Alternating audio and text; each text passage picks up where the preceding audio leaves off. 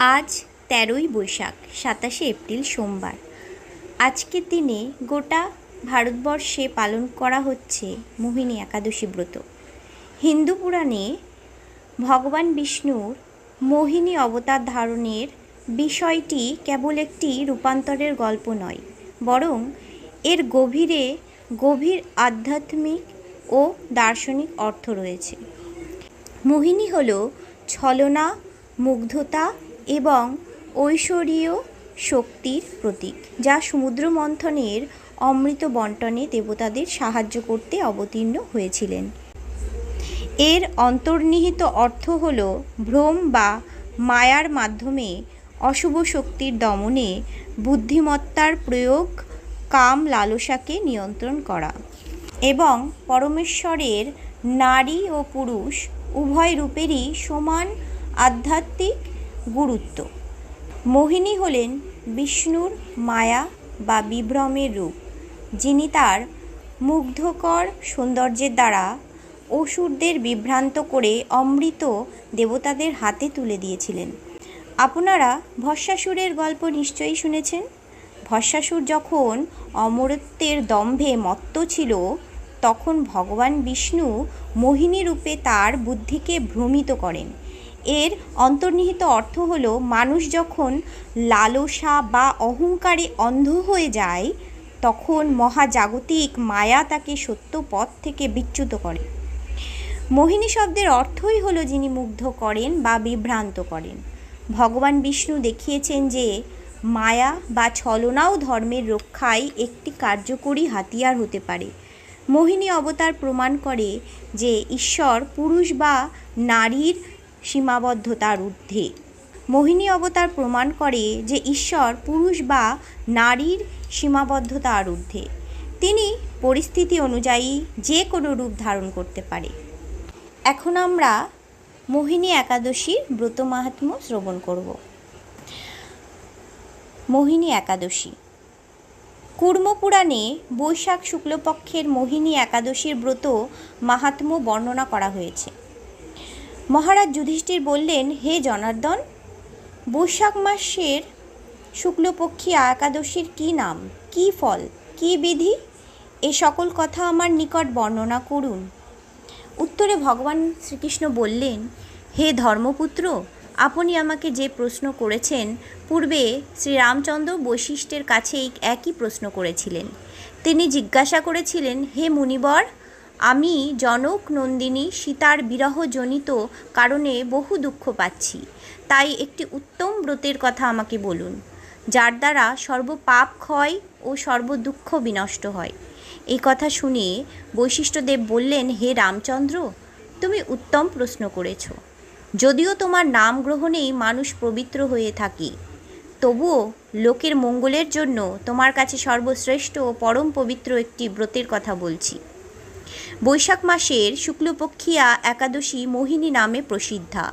এই ব্রত প্রভাবে মানুষের সকল পাপ, দুঃখ ও মোহজাল অচিরেই বিনষ্ট হয়। তাই মানুষের উচিত সকল পাপ ক্ষয়কারী ও সর্বদুঃখ বিনাশী এই একাদশী ব্রত পালন করা। একাগ্রচিত্তে তার মহিমা তুমি শ্রবণ করো। এই কথা শ্রবণ মাত্রেই সমস্ত পাপ বিনষ্ট হয়। পবিত্র সরস্বতী নদীর তীরে ভদ্রাবতী নামে এক সুশোভনা নগরী ছিল। চন্দ্রবংশজাত ধৃতিমান নামে এক রাজা সেখানে রাজত্ব করতেন। সেই নগরীতেই ধনপাল নামে এক বৈশ্য বাস করতেন। তিনি ছিলেন পূর্ণকর্মা ও সমৃদ্ধশালী ব্যক্তি। তিনি নলকূপ, জলাশয়, উদ্যান, মঠ ও গৃহ ইত্যাদি নির্মাণ করে দিতেন। তিনি ছিলেন বিষ্ণু ভক্তিপরায়ণ ও শান্ত প্রকৃতির মানুষ। সুমনা, দ্যুতিমান, মেধাবী, সুকৃতি ও ধৃতবুদ্ধি নামে তার 5 জন পুত্র ছিল। পঞ্চম পুত্র ধৃতবুদ্ধি ছিল অতি দুরাচারী। সে সর্বদা পাপ কার্যে লিপ্ত থাকত। পরস্ত্রী সঙ্গী, বেশ্যাসক্ত, লম্পট ও দ্রুতক্রিয়া প্রভৃতি পাপে সে অত্যন্ত আসক্ত ছিল। দেবতা, ব্রাহ্মণ ও পিতামাতার সেবায় তার একেবারেই মতি ছিল না। সে অন্যায় কার্যে রত, দুষ্ট স্বভাব ও পিতৃধন ক্ষয়কারক ছিল। সব সময় সে অভক্ষ ভক্ষণ ও সুরাপানে মত্ত থাকত। পিতা ধনপাল একদিন পথ চলছিলেন। হঠাৎ তিনি দেখতে পেলেন ধৃতবুদ্ধি এক বেশ্যার গলায় হাত রেখে নিঃসংকোচে ঘুরে বেড়াচ্ছে। তার নির্লজ্জ পুত্রকে এভাবে চৌরাস্তায় ভ্রমণ করতে দেখে তিনি অত্যন্ত মর্মাহত হলেন। এই কুস্বভাব দর্শনে ক্রুদ্ধ হয়ে তিনি তাকে গৃহ থেকে বার করে দিলেন। তার আত্মীয় স্বজনও তাকে পরিত্যাগ করল। সে তখন নিজের অলঙ্কারাদি বিক্রি করে জীবন অতিবাহিত করত। কিছুদিন এইভাবে চলার পর অর্থাভাব দেখা দিল। ধনহীন দেখে সেই বেশ্যাগণও তাকে পরিত্যাগ করল। অন্ন বস্ত্রহীন ধৃত বুদ্ধি ক্ষুধা তৃষ্ণায় অত্যন্ত কাতর হয়ে পড়ল। অবশেষে নিজের গ্রামে সে চুরি করতে শুরু করলো। একদিন রাজপ্রহরী তাকে ধরে বন্দি করল, কিন্তু পিতার সম্মানার্থে তাকে মুক্ত করে দিল। এভাবে বার কয়েক সে ধরা পড়ল ও ছাড়া পেল, কিন্তু তবুও সে চুরি করা বন্ধ করল না। তখন রাজা তাকে কারাগারে বন্ধ করে রাখলেন। বিচারে সে কষাঘাত দণ্ড ভোগ করল। কারাভোগের পর অনন্য উপায় ধৃষ্টবুদ্ধি বনে প্রবেশ করল। সেখানে সে পশু পাখি বধ করে তাদের মাংস ভক্ষণ করে অতি দুঃখে পাপময় জীবন যাপন করতে লাগলো। দুষ্কর্মের ফলে কেউ কখনোই সুখী হতে পারে না। তাই সে ধৃষ্টবুদ্ধি দিবারাত্রি দুঃখ শোকে জর্জরিত হলো। এভাবে অনেক দিন অতিবাহিত হলো। কোনো পূর্ণ ফলে সহসা একদিন সে কৌণ্ডিন্য ঋষির আশ্রমে উপস্থিত হলো। বৈশাখ মাসে ঋষিবর গঙ্গা স্নান করে আশ্রমের দিকে প্রত্যাবর্তন করছিলেন। শোকাকুল ধৃষ্টবুদ্ধি তার সম্মুখে উপস্থিত হলো। ঘটনাক্রমে ঋষির বস্ত্র হতে এক বিন্দু জল তার গায়ে পড়ল। সেই জলস্পর্শে তার সমস্ত পাপ দূর হলো। হঠাৎ তার শুভবুদ্ধির উদয় হলো। ঋষির সামনে সে কৃতাঞ্জলি পুটে প্রার্থনা করতে লাগলো, হে ঋষি শ্রেষ্ঠ, যে পুণ্য প্রভাবে আমি এই ভীষণ দুঃখ যন্ত্রণা থেকে মুক্তি লাভ করতে পারি তা কৃপা করে আমাকে বলুন। ঋষিবর বললেন, বৈশাখ মাসের শুক্লপক্ষে মোহিনী নামে যে প্রসিদ্ধ একাদশী আছে, তুমি সেই ব্রত পালন করো।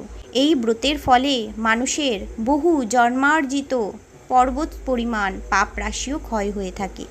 মহামুনি বৈশিষ্ট্য বললেন, কৌণ্ডিন্য ঋষির উপদেশ শ্রবণ করে প্রসন্ন চিত্তে ধৃষ্টবুদ্ধি সেই ব্রত পালন করল।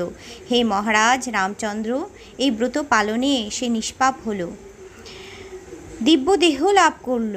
অবশেষে গরুড়ে আরোহণ করে সকল প্রকার উপদ্রবহীন বৈকুণ্ঠ ধামে গমন করল। হে রাজন, ত্রিলোকে মোহিনী ব্রত থেকে আর শ্রেষ্ঠ ব্রত নেই। যজ্ঞ, তীর্থস্থান, দান ইত্যাদি কোনো পূর্ণ কর্মই এই ব্রতের সমান নয়। এই ব্রত কথার শ্রবণ কীর্তনে সহস্র গোদানের ফল লাভ হয়। হরে কৃষ্ণ, রাধে রাধে।